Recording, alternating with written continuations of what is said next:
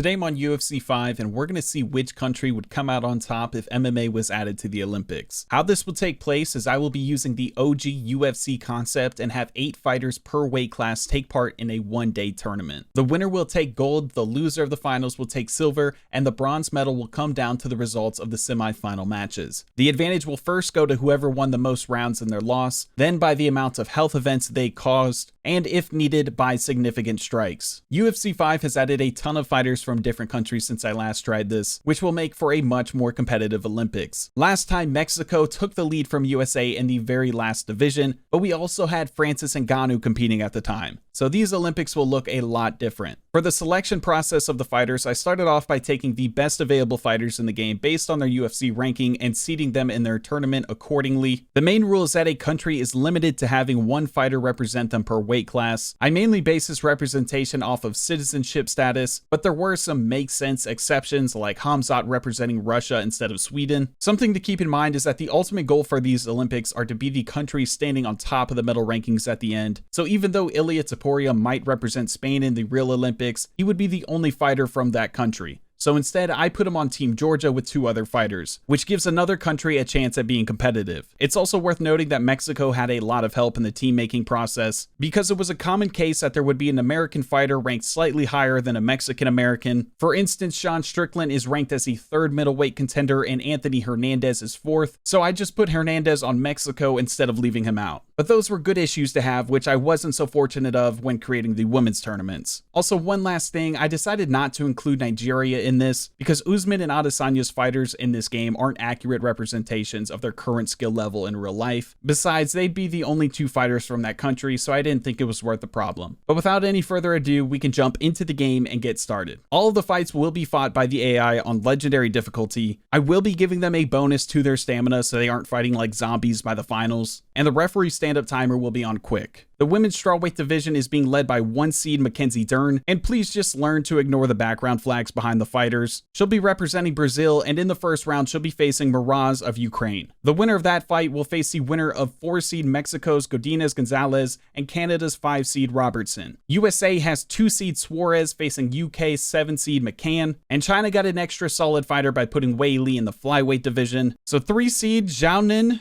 is representing China here and facing 6 seed Kowalkiewicz of Poland. I promise you, if I'm messing up any of these names, I'm not doing it to engagement bait. I'm doing the best I can. I'm not too excited for the women's divisions, and my prediction for them is they won't be getting much screen time. But for the purity of the video, I myself sat through 3.5 hours of it. Starting off with a banger between Dern and Miraz, nothing noteworthy took place for the first 14 minutes of the fight, but with a minute remaining, Dern won by armbar. And she didn't take much damage in this fight, so that'll be a big advantage in the following rounds. Mexico versus Canada wasn't much better, but we did have our first upset. Robertson laid on top of Loopy for most of the fight. At various points of the fight, she squeezed her really hard, and she put her claws on her, which left Loopy pretty bloody. She won this fight by decision and also didn't take much damage doing so. USA Suarez versus UK's McCann was the most violent fight so far. Suarez got on top of her and opened her up. Suarez had a chance to finish her on the ground, but she didn't want to accidentally make a women's MMA highlight, so they went to a decision and USA is advancing. China vs. Poland was the first stand-up fight from this division. Carolina was piecing up Lil Mulan on the feet. You'd think China would try to get this to the mat after taking a beating. Well, she got a takedown, but didn't actually go down. The only damage she did was on Carolina's leg, which wasn't enough to win the fight, but that might have been enough to ruin Carolina's chances at winning a medal. For the first semi-final fight, Brazil's Dern is facing Canada's Robertson. Both fighters are coming into this fight unharmed due to their lay or go home fighting style, and to no surprise, we got more of that in this one. But Dern's gonna win this fight again with a submission, and she's moving into the finals with barely any damage. USA Suarez versus Poland's Carolina was a much more competitive fight and a clash of styles. Carolina tried getting busy on the feet, but Suarez put an end to the fun by taking the fight to the mat. Carolina had moments of success down there and even stunned Suarez on the feet when she could, but in the end, Suarez won by split decision. On the bright side, Poland will be taking home the bronze as Carolina had a slightly better outcome on her scorecards. And for the gold medal match, we have Brazil's Dern facing USA's Suarez. Neither fighter is carrying too much damage with them, they just look like they're still trying to figure out how to do their makeup. Less than a minute into the fight, Dern landed a takedown. The most exciting thing to come out of that was Herb Dean standing them up, but in that time, it became pretty evident that Suarez had a major stamina disadvantage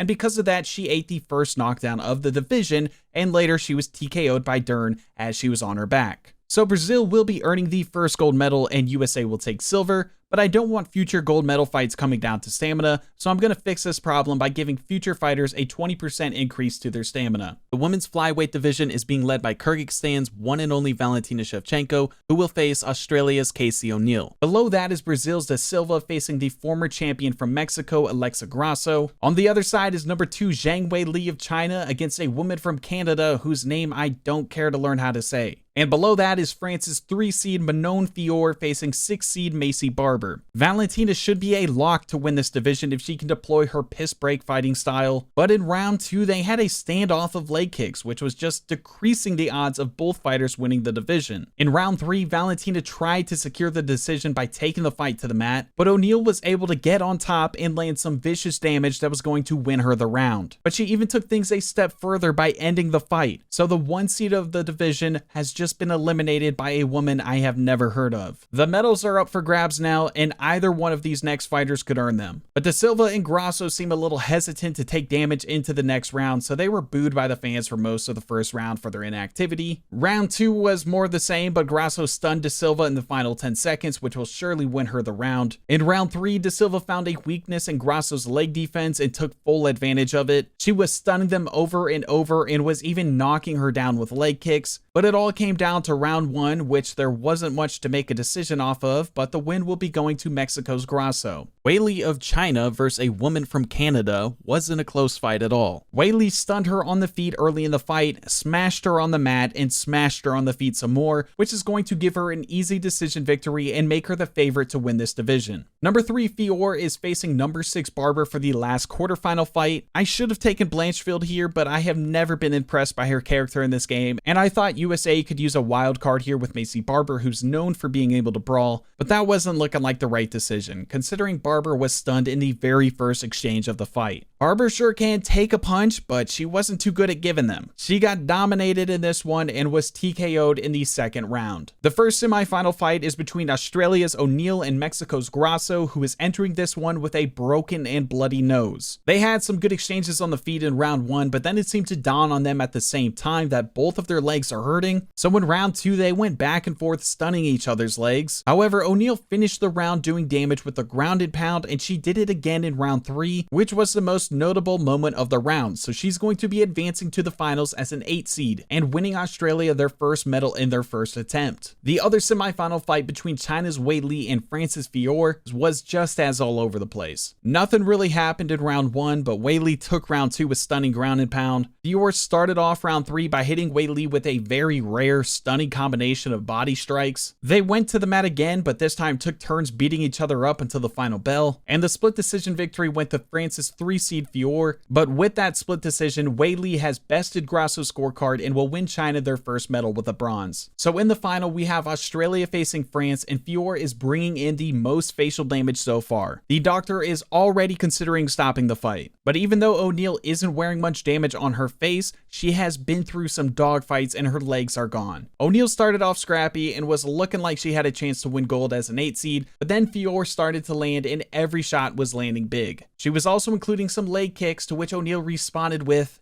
ouchie. And it was all downhill from here for O'Neill. Fiorot continued to beat her up until she beat her to a pulp early in the second round, giving France their first gold medal in as many tries. But to be fair, O'Neill went on an impressive run here to put Australia on the board as well, giving them silver and tying USA for third. And for the last of the women's divisions, the Bantamweight division is being led by USA's only number 1 seed, Kayla Harrison, who will be facing Sweden's Kienzad. Dumont won't be representing Brazil due to a shortage of fighters. She will be representing the UAE, which will hopefully have her fighting in their signature ninja gear. She'll be facing Aldana of Mexico. Amanda Nunes is coming back, so she'll be the most overpowered 2 seed in the Olympics. She's facing Davis from Canada. Juliana Pena will be representing Venezuela due to another shortage of fighters in this division, and she'll be facing Netherlands' Jermaine Durandamy. Kayla Harrison was supposed to be USA's closest thing to a lock for a medal, but that didn't prove true. This was a very boring boring fight that lacked highlights. The ground game went back and forth, there wasn't much to judge it off of, and somehow Kianzad won by split decision. And that's very good news for these next fighters. Mexico vs UAE wasn't a great fight either, but Aldana had a very solid round 2 in which he checked a leg kick and stunned Dumont twice. The other rounds came down to strike count, and Mexico's Aldana is going to win this one by decision. Brazil's Nunes vs Canada's Davis was the biggest mismatch of the Olympics so far. Davis was never in this fight. She was a human punching bag for about 7 minutes before Nunes knocked her out. The last quarterfinal fight is between Venezuela's Peña and the Netherlands' de Randamie. Peña most likely won round 1 by keeping it on the mat, but de Randamie won round 2 with a flying knee, and in round 3 she stunned Peña again with her boxing. So Netherlands has a shot at medaling in their first try. The only problem with that is de Randamie has to face Amanda Nunes. The first semifinal fight is between Sweden's Kianzad and Mexico's Aldana. Both fighters are wearing some damage coming into this, but nothing too major. The first 2 rounds of this fight were mostly stand-up, but it seemed like a lot of point fighting. But in round 3, Aldana started to land some big strikes that cut up Kianzad to the point that the doctor decided to take a closer look at her, and for good reason. The fight went on, but not for very long, because soon after, Aldana decided to blitzkrieg Kianzad, and soon after, Aldana had Kianzad tucked in and put to sleep. As bad as that looked, Kianzad did still win a round before then, so she can still very well medal thanks to Amanda Nunes. And Sweden or Iran, whoever is claiming Kianzad, should send a thank you card to Nunes, because in her fight against de Randamie, she absolutely mauled her. The most impressive thing de Randamie did in this fight was keep her consciousness. She never had a chance, she never had momentum. She not only lost this by decision by losing every round, one judge had it 30-25. So once Kianzad wakes up, she'll be happy to find out that she actually won bronze. The final is between Mexico's Aldana and Brazil's Nunes. Mexico is going to win their first medal. Brazil is going to try to take a huge early lead with 2 out of 3 golds. And I was honestly already writing Aldana off. Nunes has run through every opponent. Aldana's face and legs are a mess, and Nunes is a completely better fighter. But Aldana wasn't up for that narrative. She was stopping Nunes from landing a takedown, and in the early rounds, she was winning this fight single-handedly off of leg kicks. And by round 3, Aldana started to kick a bit higher, which was stunning Nunes. And she capped off this once-in-a-lifetime performance in round 4 with an overhand right knockout. I don't know what banned substance got into her, but Aldana completely flipped the script. So after finishing the women's divisions, here's how the standings look. Even after a shocking Brazil loss, they still stand alone in first place with a gold and silver. Tied for second with golds are France and Mexico. USA and Australia are tied for fourth with silvers and will have plenty of more attempts at gold. Meanwhile, Poland, China, and Sweden are tied for sixth place with 1 bronze each. But now it is time for some real MMA, starting with the men's flyweight division, which is led by Brazil's 1-seed Pantoja, which will be facing Australia's 8-seed Urseg. USA's Brandon Royval will face Japan's one and only fighter, Tatsuro Taira. On the other side, we have Myanmar's only fighter, Van, facing Kazakhstan's Almabayev. And Mexico's 3-seed Brandon Moreno will face New Zealand's 6-seed Kai Kara France. Pantoja vs Urseg wasn't a close fight in real life, and it wasn't a close fight in the game either. Pantoja took the fight to the ground early, did some smashing, and won by TKO in the 3rd round while taking very little damage. Number 4 Royval vs number 5 Taira wasn't the most exciting fight, but Taira was going for a rare move in this fight. I think it's called a spicy tuna roll, but I could be wrong. Either way, this fight went to a decision after not many highlights, and Royval is going to move on with a split decision victory. I was expecting Myanmar's Van versus Kazakhstan's Almabayev to be a fight of completely different fighting styles, but Almabayev, who by the way looks like a lightweight, was able to win this fight on the feet early against Van, which was a really bad sign, because if your country was ever a part of the USSR, you're probably good at wrestling, and Almabayev was. He dominated the rest of this fight on the mat and won by unanimous decision. Mexico's Moreno and New Zealand's Kara France was the most competitive fight of the division so far. Round 1 was just point fighting, but in round 2 they went stun for stun, and it could be 1-1 or 2-0. I had no clue. Round 3 started off going stun for stun again, but Moreno's stun was a bit more embarrassing.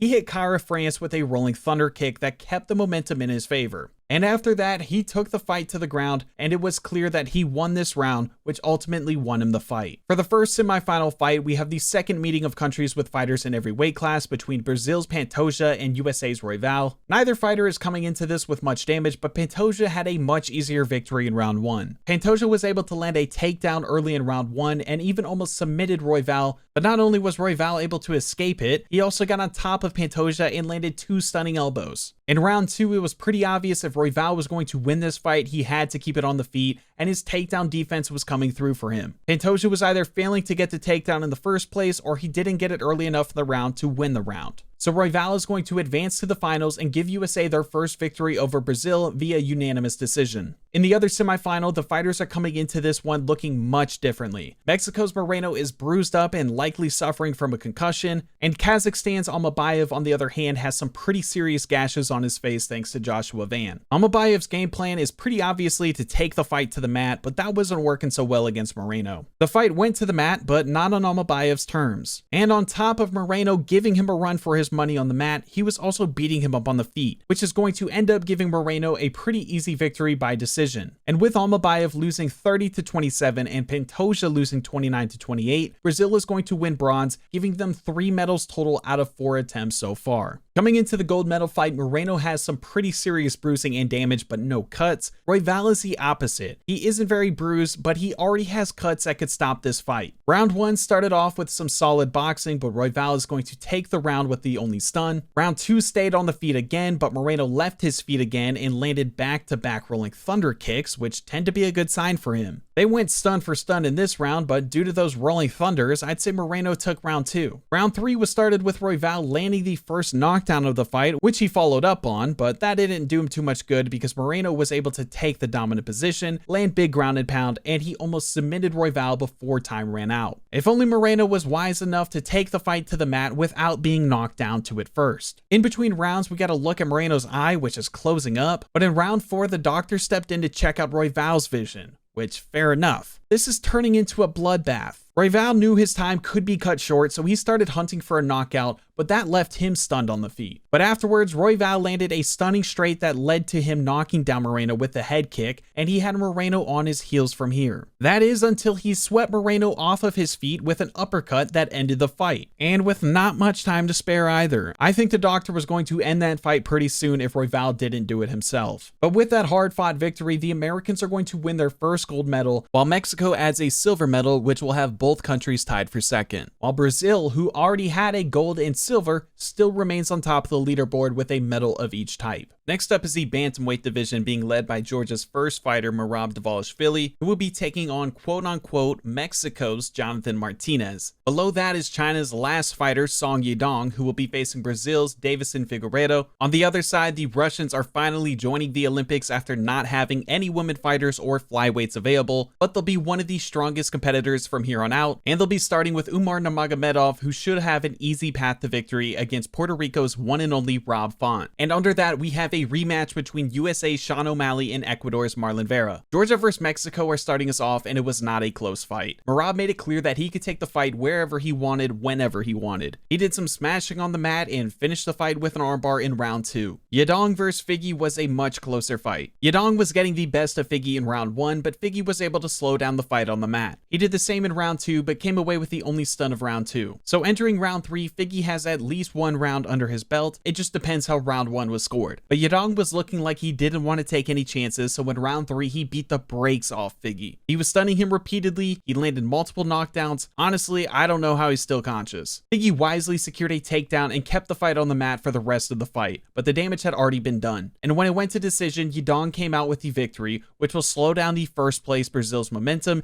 and keep China's last hope alive. Russia's Umar vs Puerto Rico's Font should have been a cakewalk for Umar, but it wasn't. In round 1, it was looking like Umar was having a tough time securing a takedown, and in round 2, he shot himself in the foot by getting checked on his leg kicks. He was able to do some damage on the mat, but Font kept finding a way back to his feet, and he kept stunning Umar with the checks. In round 3, Umar was able to get the fight on the mat, but once again, Rob Font simply just got up. And on the feet, he was stunning Umar and stuffing takedowns with his fist. So they went to a decision, and after Umar went 2 for 17 on his takedowns, Rob Font pulled off the major upset for Puerto Rico, meaning Russia, maybe the best fighting country on the planet, won't be able to medal until at least featherweight. And for the last quarterfinal fight, the rematch of Sean vs Vera played out exactly like their first meeting. Vera tried to beat O'Malley at his own game, but O'Malley was just a little bit better at it. So USA's O'Malley will be advancing to the next round. For our first semifinal fight, China has their work cut out for them, because Yadong is going to be taking on the top fighter in the division, while entering with some bruising, cuts, and swollen eyes, while Merab looks fresh. Merab hit Yadong with his signature toss in round 1, but right after getting up, the Chinaman was showing some life. He stunned Merab with a head kick and followed that up with a knockdown. Yadong is the hardest hitting fighter in the division, at least in the game, so he always has a chance if he can land his strikes.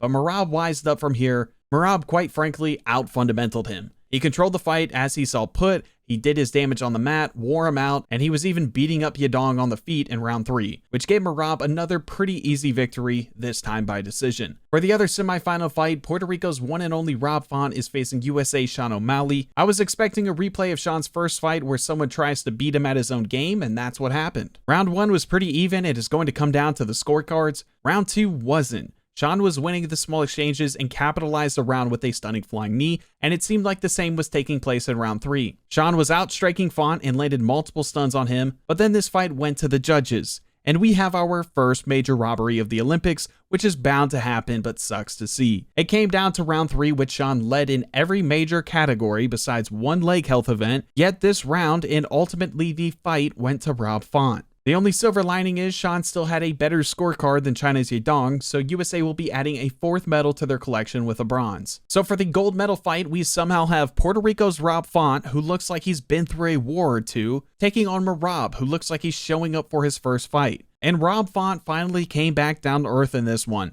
His greatest accomplishment of this fight was taking Merab to the 5th round, in which he was TKO'd. So after the Bantamweight division, here's how the standings look. Georgia is going to join France in 4th place with gold. Puerto Rico is going to join Australia in 6th with a silver, and USA, even though they were robbed, are going to tie Brazil for 1st place. But honestly, they should be sitting alone in 1st. Even with a loss, they still would have passed Brazil by tying in golds and outnumbering them in silvers. But to be fair, they will have 6 more chances to do so, considering they and Brazil have fighters in every single weight class. The weights keep going up and the stakes keep getting higher. In this featherweight division, the majority of competing countries already have medals, with the exception of Canada, the UK, and Russia. Leading the division is Australia's safest bet to medal, Volkanovski, who will be taking on Canada's Jourdain. Under that is Mexico's Yair Rodriguez, who will be facing UK's Lerone Murphy, who is trying to give the UK their first medal in their second attempt of 5. And on the other side, we have number 2 Russia's Evloev fighting Georgia's Chikadze, and finally we have Brazil's Diego Lopes facing USA's Aljamain Sterling. Volk and Jourdain are going to start off the featherweights. In round 1, Volk was looking like he was going to have an easy fight after he took the fight to the mat and kept it there for the majority of the round. Although in round 2, Jourdain was showing more than some life by winning round 2 with multiple stuns on the feet. Round 3 was going to be the deciding round, and they started it off by stunning each other's legs, but Volk was able to land a takedown and some ground and pound that gave him the separation he needed to win what was supposed to be an easy fight. Mexico's Yair versus the UK's Murphy is a fight I would like to see take place in real life,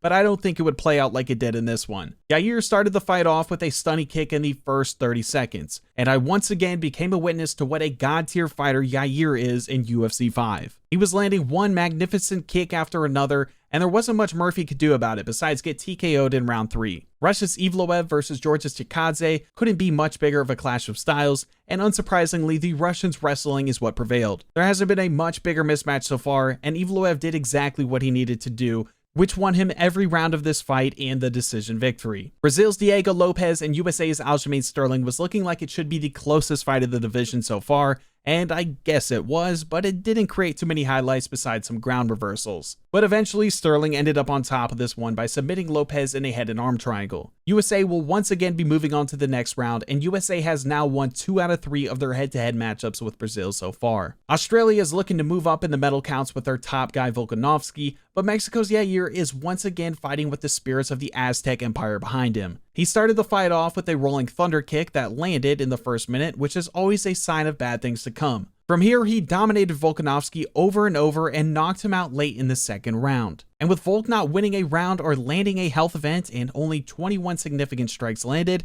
it's looking unlikely that Australia is going to win even a bronze with their best fighter in the Olympics. For the other semifinal fight, we have Russia facing USA for the first time ever with Evloev and Sterling matched up. Neither fighter is coming into this fight with too much damage besides Evloev having a few cuts, and it doesn't seem like the winner will be adding too much damage in the next round. There weren't really any highlights to come out of this fight, just takedowns, ground control, and some significant strikes on the mat. And with that compelling battle coming to an end, Russia is going to guarantee themselves their first medal as they won this one by majority decision. But within this wonky scorecard, Sterling tied and won rounds, which is going to give USA another bronze medal, which is sadly becoming a thing for them in these Olympics. Neither the Mexican or Russian are coming into this gold medal match with much damage. And once this fight got underway, finally someone checked Yair's ground game and it wasn't looking good for Mexico. Evloev won rounds 1 through 3 by smashing Yair on the mat, even though Yair had a few bright moments where he stunned him on the feet in his limited chances. It was looking like Evloev was going to give Russia their first medal with a gold in the most Russian fashion possible, but then Yair went God mode once again. He was landing spinning heel kicks, he was piecing Evloev up on the feet, and he even felt so confident in his abilities that he was following the Russian to the mat, which is never a good idea, but Yair does as he pleases. He can just get up whenever he feels like it. Evloev could still win this if he could keep the fight on the mat and stall out for a decision, but Yair stuffed his final takedown with a flying knee, and that does it. Somehow, someway, Yair has run through 3 of the toughest fighters in the division and is going to give Mexico a huge lead in the Olympics. And something to understand here is that these rankings are being ranked how they would be in the Olympics, so even though USA has more total medals, because Mexico has more gold medals, they take first place. And golds are hard to come by, but we'll see how long that lasts considering 4 other countries already have a gold and Mexico only has 2 more fighters remaining, which are in the middleweight and light heavyweight division. And for the other medals being added, USA is going to stand alone in second after taking a lead on Brazil with a second bronze medal, and Russia is going to join the leaderboards with a silver medal, joining Australia and Puerto Rico in 6th. But now it is time for one of the most historically competitive divisions in the UFC. The lightweights are being led by Georgia's Ilia Topuria, who will be facing France's Benoit Saint-Denis. USA and the UK will face each other for the second time with Holloway vs. Paddy. Armenia's one and only Arman Sarukian will face Poland's Gamrot, in which Poland will be trying to go 2 for 2 in medaling so far. And finally, Brazil's Oliveira will face New Zealand's Dan Hooker. Ilia started off the lightweight tournament strong with a takedown and some stunning shots on the feet, and he was starting to look like a lock for a medal. Then Saint-Denis landed a takedown of his own and did some irreversible damage to Ilia with 3 stunning strikes on the mat. Round 2 also went to Saint-Denis after he maintained the majority of ground control on the mat, and in round 3, Ilia needed a finish, but it never came. Saint-Denis stalled the fight to a decision and knocked out the #1 fighter in the division and the last Georgian fighter in the Olympics. That should give a lot of hope to the rest of the division, and both of these next countries can use all the help they can get. USA's Holloway versus UK's Paddy looked like a classic matchup of boxer versus grappler, but it was Paddy who got things started on the feet with a stunning shot in round 1. And then from there, Max thought it was a good idea to go for a guillotine. Round 2 wasn't looking any better for Max after Paddy stunned him twice in the round and finished the round with ground control after attempting a flying armbar. It seemed to me that Max needed a knockout in round 3 to win. He came close, but it never came to fruition. So this fight went to decision, but USA was repaid for their robbery between O'Malley and Font. The decision went to Max Holloway, which came down to round 2, which granted Max had 2 more significant strikes and 10 more total, but Paddy had the only stuns of the round and a minute more of ground control. So USA can call things even, but at the expense of the United Kingdom being robbed. Arman vs. Gamrot was a very close fight, so close that I couldn't even tell the 2 apart on the mat, mostly due to the fact that they're wearing matching shorts and have similar haircuts, but this really was a close fight. It was even going into round 3, but Arman started to pull away on the feet with one big hook after another. It was looking like it was going to go to a decision, but late in the round, Gamrot secured a takedown, took his back, and with less than a minute remaining, he TKO'd Arman from his back, which means the 1 and 2 seed of the division are eliminated, and any man left standing can win this. Brazil's Charles Oliveira is now the highest ranked fighter in the division at number 3, and New Zealand's Dan Hooker is going to have to keep this fight on the feet if he's going to have any chance against him. And that he didn't. He started this fight off with a bright idea of going for a guillotine versus a Brazilian, and it was all downhill from there. Charles enjoyed his time on the mat and dominated this fight, even winning around 10-8, and he'll be moving on to the next round. The first semifinal fight is between 2 men that probably shouldn't be here, France's Saint-Denis and USA's Max Holloway. Saint-Denis won round 1 by keeping most of it on the mat. We still haven't seen much action in this fight so far, but out of nowhere, midway through round 2, Max dropped Saint-Denis with an uppercut, but instead of capitalizing on it on the feet, he agreed to take this fight to the mat. And in round 3, it was a stand-up fight that you would expect Max to win, but it was Saint-Denis who was getting the best out of the exchanges, and he won the round off of a stunning head kick, which won him the fight by unanimous decision. The other semifinal fight is bound to include a lot more wrestling between Oliveira and Gamrot, who is already risking a doctor stoppage with the cuts around his eye. But it turns out that Dan Hooker really did a number on Oliveira's head health for losing 30-26 to him. Oliveira was so damaged that Gamrot got a free knockdown in round 1. But in round 2, Oliveira came back with a stunning flying knee to open the round, but his head health was looking too low to afford keeping the fight on the feet. So Oliveira wisely went for the takedown,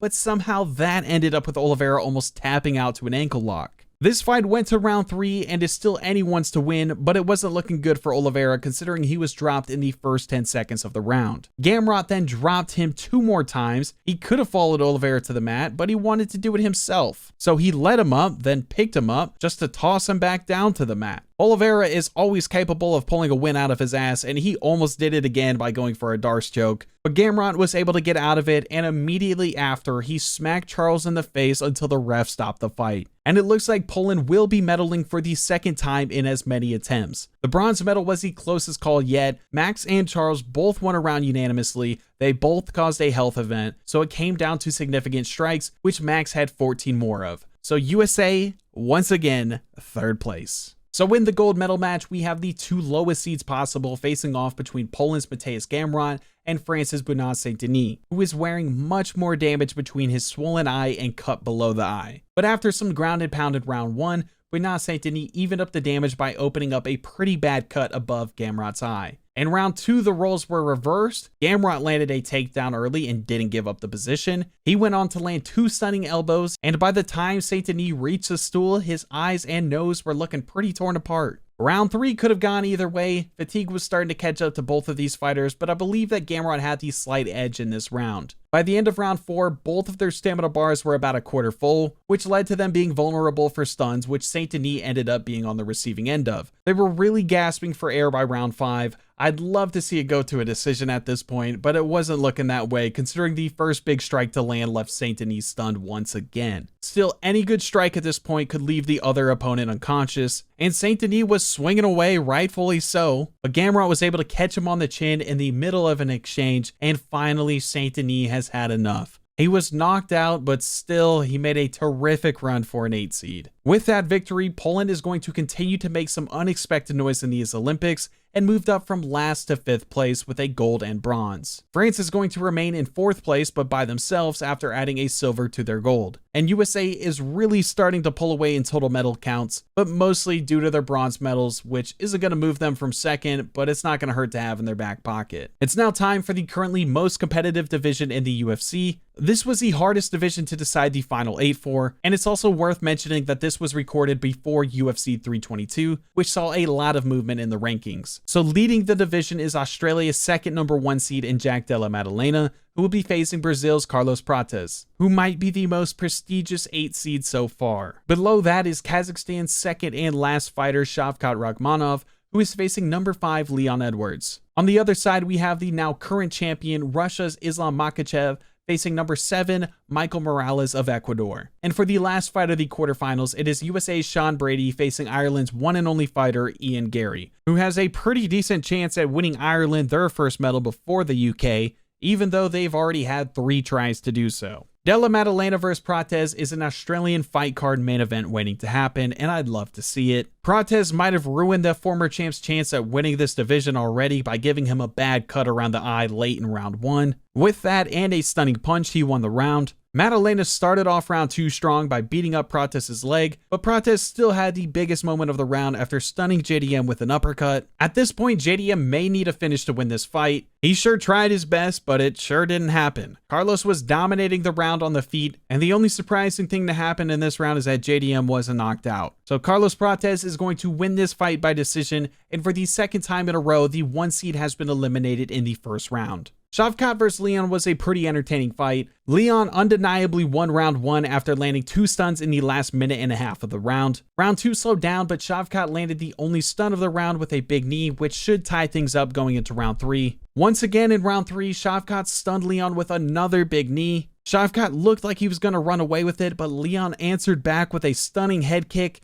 And in the final minute, Leon landed the last big shot of the fight with a stunning combination of hooks, which should decide the fight. But when it went to a decision, the UK was robbed for the second time in a row. Shavkat won unanimously and is moving on. It came down to the third round, in which Leon led in every possible stat, but for some reason this game hates the British with a passion. Up next is a title fight I'm hoping to see sooner rather than later. We've got Russia's Makhachev facing Ecuador's Morales. Morales came out hot and was looking like he was about to do the impossible. He caught Islam with a flying knee on his takedown and followed that up with a knockdown just in the first minute. He kept chasing after that and had Islam stunned again. Afterwards, Islam was able to take him down, but Morales almost submitted Islam with an armbar. So in between rounds, coach wasn't too happy with his performance, so in the following rounds, Islam woke up and did some smashing.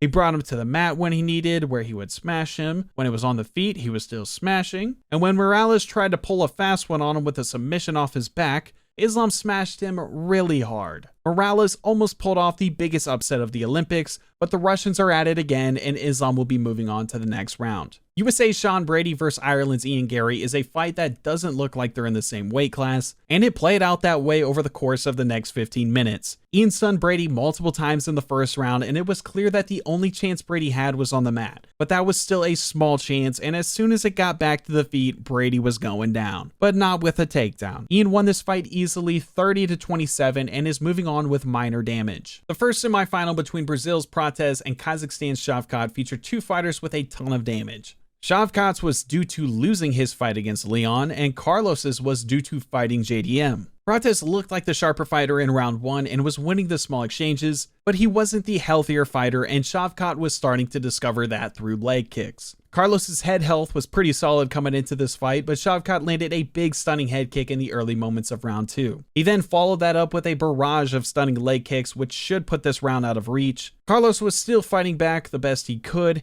He even stunned Shavkat with an impressive spinning back fist, but he pretty clearly needs a knockout at this point. In round 3, Shavkat was still being relentless with his leg kicks, but Carlos started to check a few, which gave him some opportunities for knockouts. But even after landing some perfect strikes on Shavkat, the man stayed alive and was able to walk out of this one with a unanimous decision, although he's going to be feeling the cost of this win in the gold medal match. Russia's Islam and Ireland's Gary are coming into this fight with very minor damage, but especially Islam. Gary has a tall task in front of him to give Ireland their first medal. He's more capable of it in my opinion, but not in this one. Gary didn't land anything on the feet early in the fight, which allowed Islam to easily take this fight to the mat in rounds 1 and 2. By round 3, Gary definitely needed a stoppage victory, but even when it was on the feet, Islam was so far ahead of him in the fight that he was piecing him up while standing. Eventually, Islam secured a takedown, which he seems always capable of doing, and he went on to win this one by technical knockout in dominant fashion. And because of Islam's dominance, Ireland won't be winning a medal in this one. Bronze will be going to Brazil's Prates after a much closer semifinal fight. Islam and Shavkat are entering this fight looking completely different. Islam looks like he's been doing some sparring sessions.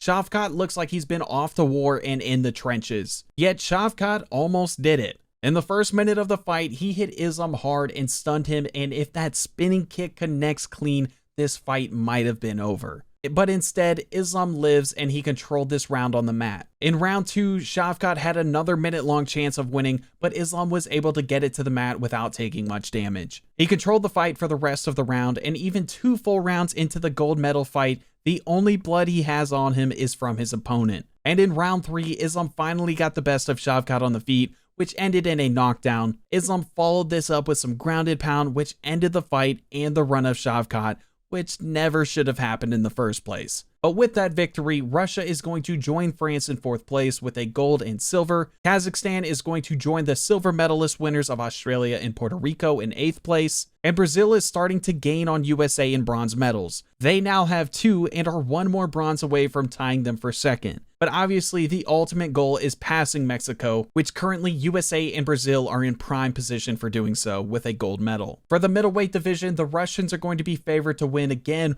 with Khamzat Chimaev leading the charge and facing Australia's Robert Whittaker in round 1. we have a matchup of first versus second in the next fight between USA Sean Strickland and Mexico's Anthony Hernandez. On the other side, we have the former champ, South Africa's one and only Dricus du Plessis, facing Netherlands' first fighter since Jermaine de Randamie, Reinier de Ridder. And finally, we have Francis Imavov facing Brazil's Borralho. First up is a real-life rematch between Khamzat and Whitaker, in which Khamzat nearly tore Whitaker's jaw off, and this fight wasn't much different. Khamzat smashed his way to victory with little resistance and is moving on to the next round. Next up is USA vs Mexico. It started off close, but Fluffy won round 1 in the last 10 seconds, and from there it was all Fluffy. He won the fight on the mat and on the feet. He almost choked out Sean and he almost knocked him out, which ultimately is going to give him an easy decision victory. South Africa versus the Netherlands played out pretty realistically as well in my opinion. De Ridder landed a takedown in the first minute. He went for an armbar early on, but Dricus wasn't budging, so he tried beating him up on the mat, and Dricus' game plan was to not protect his face, which ended this fight by TKO in the first round, which I believe is the earliest finish so far, which could be huge for De Ridder. For the first time in the division, we had a competitive fight between Francis Imavov and Brazil's Borralho. Round 1 was a pretty even stand-up fight. They even exchanged flying knees on each other, but it was Imavov late in round 1 that landed a stunning head kick, which likely won the round. In round 2, we had more of the same, but it came down to this clinch, which they were both hitting each other hard in, but Caio was able to land back-to-back knees, which dropped him to the canvas. He followed that up with a takedown, and it should be even heading into round 3. In round 3, Imavov's strikes kept finding a home, which was Caio's chin. So when the fight went to a decision, Imavov won 2 rounds to 1, but is going to carry a significant amount of damage with him in the next round.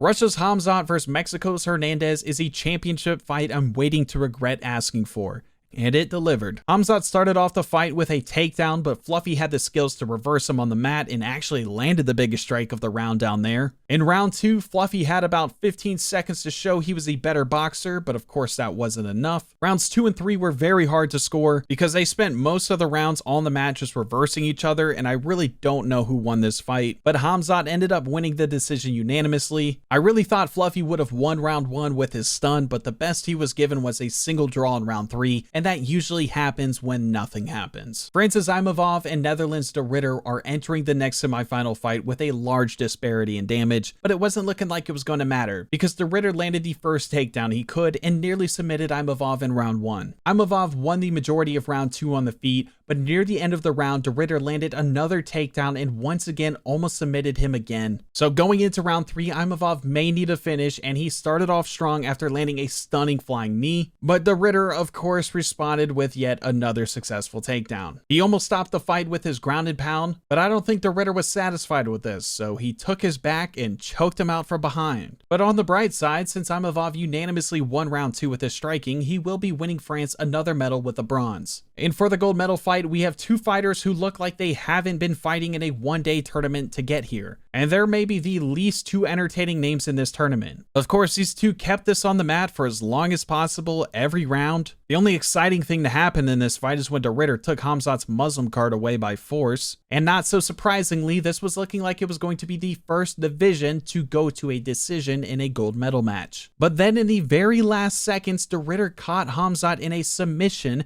to which he tapped to 3 seconds after the fight ended. Now this is just UFC 5 being dumb that allowed this to happen, and I decided right away if Khamzat won this fight on the scorecards, I would still give him the victory. But the de Ridder victory turned out to stand true. The scorecards were all over the place, but de Ridder won the fight fair and unfairly, so fair enough. With the Netherlands winning a gold medal, they will be landing in 7th place, joining Georgia. With Russia adding a silver medal, they're going to jump the US and Brazil for 2nd place. And France is doing surprisingly well for themselves. They now have a medal of each type and are sitting alone in 5th place. And at this point, there are still 6 possible winners of these Olympics. Mexico can of course not do anything and still win, which is more than possible. And to help them, they still have 1 more fighter in Dominic Reyes. Russia just has to win 1 gold, then regardless of whoever else wins, they'd win by silver count, and they have very good odds of doing that with Ankalaev and Volkov still to fight. USA can win with a gold and hope to outdo everyone else at bronzes. Assuming Russia doesn't win gold, they still have Roundtree and Blades on deck who have decent chances at winning gold. Brazil can of course win in the same way. They have a very good chance of doing so with Pereira and Almeida left to fight. And with the addition of Imavov's bronze, France can still win this if no one else above them wins gold and Cyril Gane wins gold. And we can't forget about Poland. They can still win it all. If somehow Wachowicz and Tybura win gold, they'd be the winners. So for our second to last division, the light heavyweights are being led by Brazil's Alex Pereira, who is facing Switzerland's one and only Oezdemir. Below that is New Zealand's top and last guy, Olberg, who's up against USA's Roundtree. On the other side, Russia's Ankalaev is facing Mexico's Dominic Reyes. And lastly, we have Yuri from the Czech Republic facing Wachowicz from Poland. Alex vs. Oezdemir might look like a mismatch on paper, but I promise you I have seen Oezdemir go God mode in this game before if a fighter wants to stay on the feet with him. And Alex was down to do that, but it didn't work out for Uzi this time. Alex nearly had him knocked out in the first round, but he ran out of time. Thankfully for him, he still had another 10 minutes to do it, but it only took him 33 seconds. So with how little of damage Alex took in this one, it would be best for Olberg or Roundtree to win with a quick knockout. But they weren't on board for that game plan. In round one, they were filling each other out.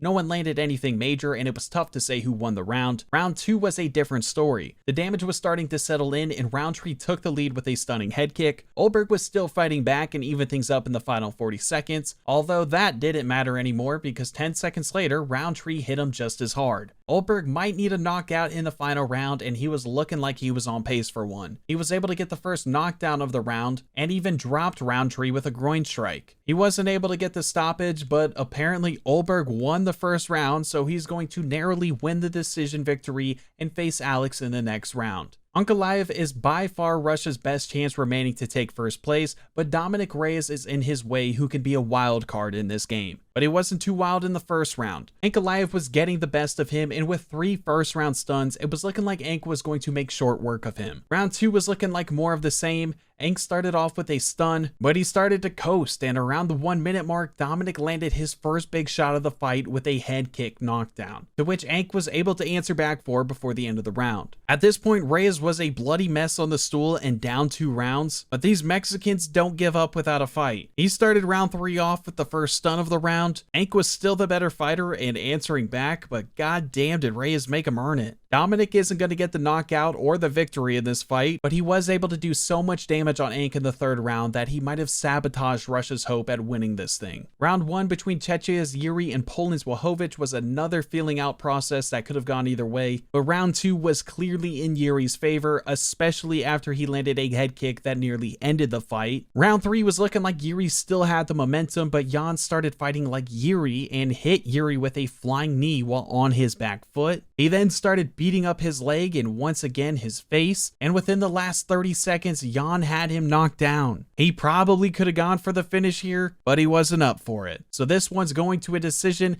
and Jan is going to win this last quarterfinal fight by split decision and keep his country's hopes alive to win this entire thing. For the first semifinal fight, New Zealand's Olberg is coming in looking completely different than his opponent. His last fight left him cut up on the face and shooken up in the brain, and I knew that was a bad game plan. Alex had him stunned in the first 30 seconds of the fight and didn't hold back. Olberg was never able to settle in and didn't land any meaningful shots, and he was promptly knocked out in the second round, which will end the non-existent run of the Kiwis. So waiting for a fresh Alex on the other side is between Jan with a busted nose and brain from Poland and Ankalaev, who took a bad beating from Dominic Reyes for no good reason. And those Reyes strikes are definitely still lingering. The very first strike of the fight had Ankalaev stunned. He still had a pretty big bar of head health remaining, but every good strike that landed on him was doing a number on him. And it's evident on the stool too. His nose is either broken or he's better with money than I thought. Round 2 wasn't looking any better for Ank. Jan was still landing some big strikes that left Ank stunned and knocked down. And worst of all, even though he doesn't have any blood around his eyes or swelling, the doctor was stepping in to take a look at him. And I don't know what got into him because, yeah, right after that, this happened. Ankalaev hadn't landed a major strike all fight long. He was on his way to getting knocked out, but the doctor visit must have given him quite the adrenaline rush. And with Jan winning all but 5 seconds of this fight, he will easily be besting New Zealand's Oberg and giving Poland a bronze medal, which kind of sucks because he should have won this fight and kept Poland's chance of winning this alive. So in the light heavyweight gold medal match, we have another big discrepancy of damage. Ankalaev's nose is broken, he's covered in blood, he's been knocked down countless times, and he's already been paid a visit by the doctor, who might come back at any point in this fight. On the other side, we have Alex Pereira, who looks untouched, and that's because he is. He hasn't even been stunned in his prior 2 fights. And on top of this gold medal fight has a ton of medal implications. Whichever country wins will take first place. Brazil would still be beatable, but Russia wouldn't. But those chances for Russia aren't looking great. The first 2 strikes of the fight left Ankalaev stunned and knocked down. And just 2 minutes into the fight, the doctor is back to check on Ankalaev. He's not going to end the fight, but let's be honest, I don't get why he keeps coming in here. He can see just fine. If he wants to fight with a broken nose, that's his call. Ankalaev got a big rating boost last time the doctor came in, so maybe it'll happen again. He's not going to knock him out of nowhere. But finally, he has made him bleed in his 3rd fight in a day. Ankalaev made it to the stool, and the cutman doesn't even know what to do with him. Round 2 was underway, and Ankalaev is somehow taking control of this fight after landing back-to-back front kicks. Alex was starting to slow down, but maybe he was stalling for a reason, because the doctor is stepping back in,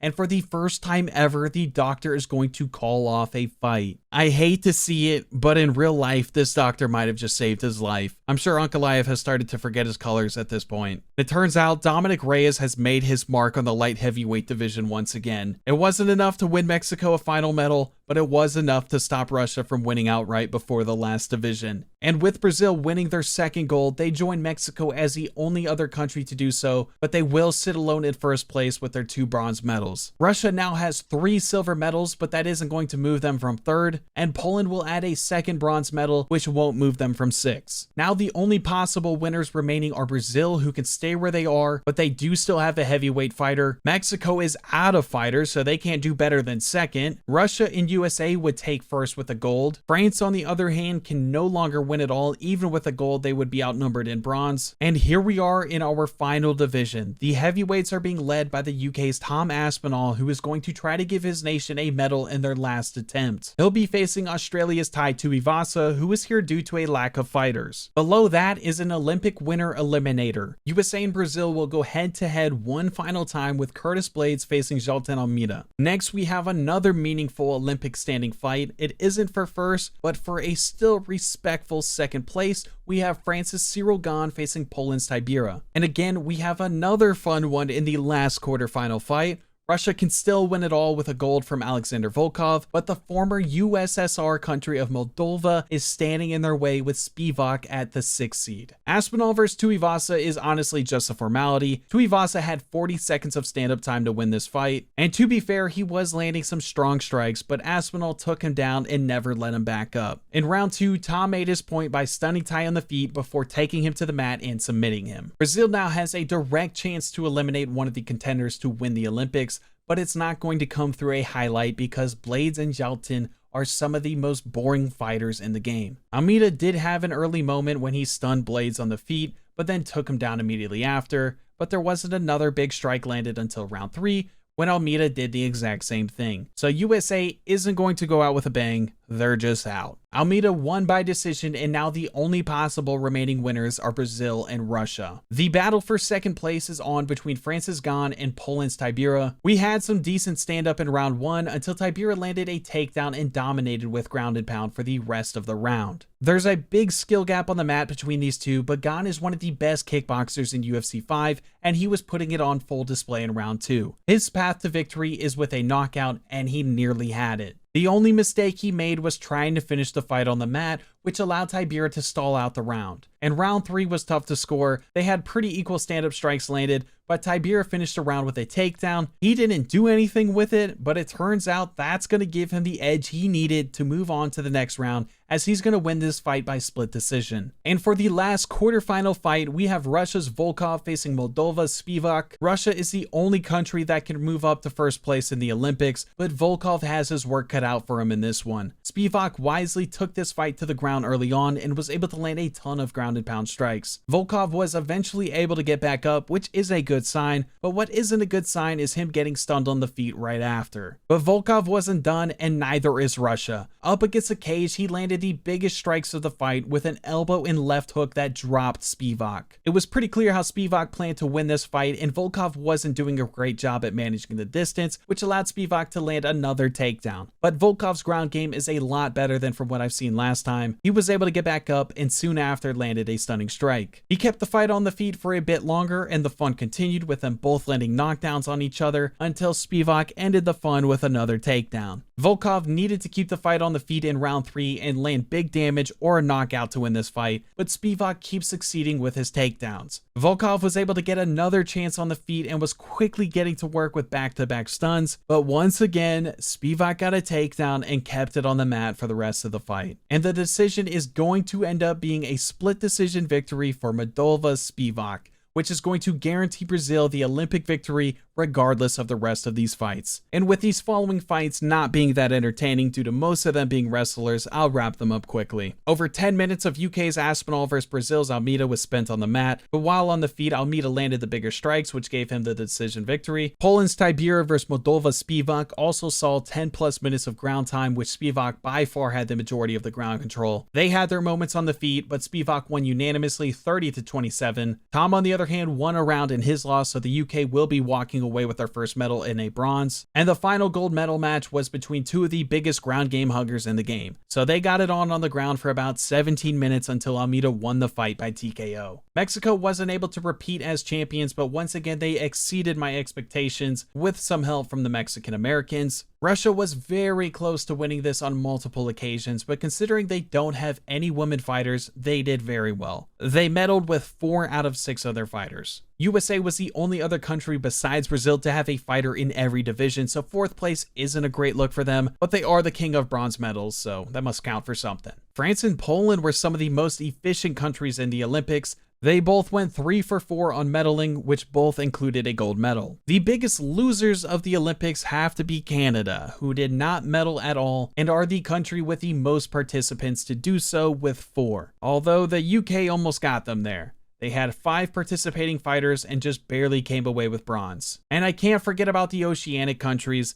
They didn't do as well as I thought they would have. Australia had 6 participating fighters and their only medal came from their 8 seed Casey O'Neill, which, to be fair, she was born in Scotland, so they really only won half a silver. And besides Canada, New Zealand was the only other country with multiple participants to not win a medal. But there you have it. Do you guys think the simulation got it right? Is Brazil the best MMA country on the planet right now? I personally think it would have to be Russia, especially with this format. But let me know what you think in the comments. Thank you for watching. I hope you enjoyed, and I will see you in the next one.